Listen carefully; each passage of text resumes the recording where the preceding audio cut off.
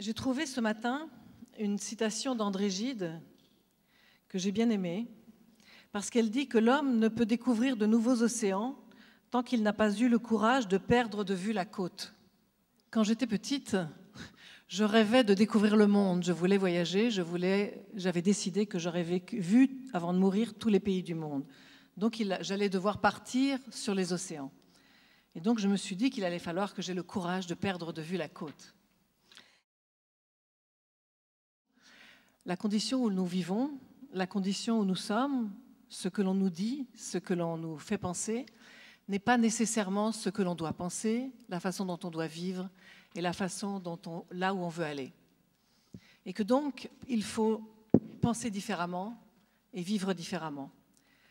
Et en définitive, il me semble, j'ai mis quelques mots, quelques verbes à côté du mot courage. Et le premier qui m'est venu à l'esprit, c'est vivre. Parce que pour vivre, il faut avoir du courage. Mais vivre, c'est aussi prendre des risques. Et pour prendre des risques, c'est aussi avoir du courage.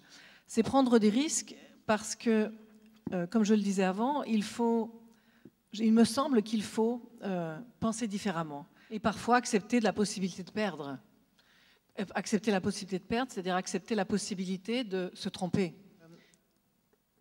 Accepter de perdre, c'est aussi accepter la possibilité de recommencer, de se remettre en question, de penser à nouveau différemment et en même temps de pouvoir décider d'aller ailleurs, d'évoluer, de bouger et donc toujours de vivre.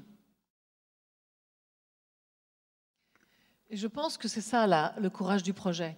C'est le courage d'imaginer, le courage de se projeter, le courage de se dire que c'est possible là où parfois on a l'impression que tout est bloqué.